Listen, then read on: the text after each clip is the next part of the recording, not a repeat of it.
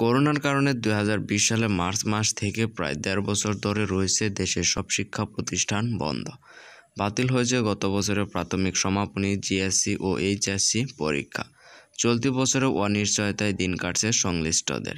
সব মিলিয়ে এক হযবর অবস্থায় দিন কাটছে শিক্ষার। অন্যদিকে দেখা গেছে গার্মেন্টস, সিনেমা হল, বিনোদন কেন্দ্র, শপিং মল সবই খোলা। কোথাও থেমেনি কোনো কোলাহল। সবকিছু স্বাভাবিক থাকলেও শিক্ষা প্রতিষ্ঠান বন্ধ থাকার ক্ষোভ প্রকাশ করছেন শিক্ষার্থীরা। তারা ভাবছেন এভাবে চলতে পারে না। সব খোলা রেখেও শুধুমাত্র শিক্ষা প্রতিষ্ঠান বন্ধ রাখা কোনোভাবেই গ্রহণযোগ্যতার সিদ্ধান্ত হতে পারে না। অবিলম্বে শিক্ষা প্রতিষ্ঠান খোলার দাবিতে কয়েক দফায় আন্দোলন করে আসছেন শিক্ষার্থীরা। সম্প্রতি শিক্ষা প্রতিষ্ঠান খোলার দাবিতে ঢাবি ক্যাম্পাসের ভিসির বাসভবনের অবস্থান কর্মসূচি পালন করছেন শিক্ষার্থীরা। একই দাবিতে নীলক্ষেতের মোড়েও মানববন্ধন করছেন ঢাবি অভিভুক্ত রাজধানীর সরকারি 7 কলেজের শিক্ষার্থীরা।